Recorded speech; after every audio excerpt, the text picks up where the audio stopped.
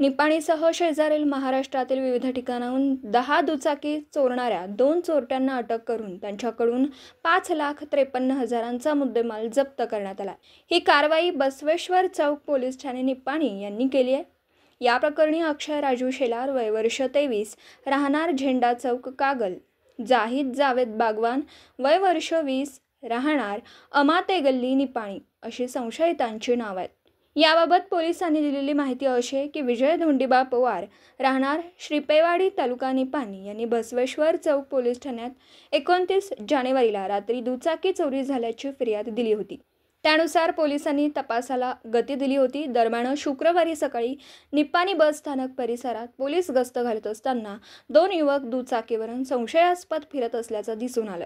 त्यांना पोलीस ठाण्यात नेऊन चौकशी केली असता त्यांनी दुचाकी चोरीची कबुली दिली। तसेच चिक्कोडी रोडवरील झाडाझुडपांमध्ये लपवून ठेवलेल्या अन्य 9 मोटारसायकली मिळून आल्या। पोलिसांनी त्या सर्व 10 मोटारसायकली अंदाजे एकूण 5,53,000 रुपये किमतीच्या मोटारसायकली जप्त करण्यात आल्या। ही कारवाई जिल्हा पोलीस प्रमुख DYSP यांच्या मार्गदर्शनाखाली CPI BS तळवार, उपनिरीक्षक रमेश पवार, सहाय्यक फौजदार RG कुंभार, हवालदार MA तेरदाळ, रामगौंडा Patil, MR Kamble, Rohan Madane, Prashant कुदी, JP संगोडी, विनोद टक्कन्नावर यांनी कारवाई केली। दिवसभरातील घडामोडींचा आढावा घेण्यासाठी पाहत रहा N24 मराठी न्यूज चॅनल।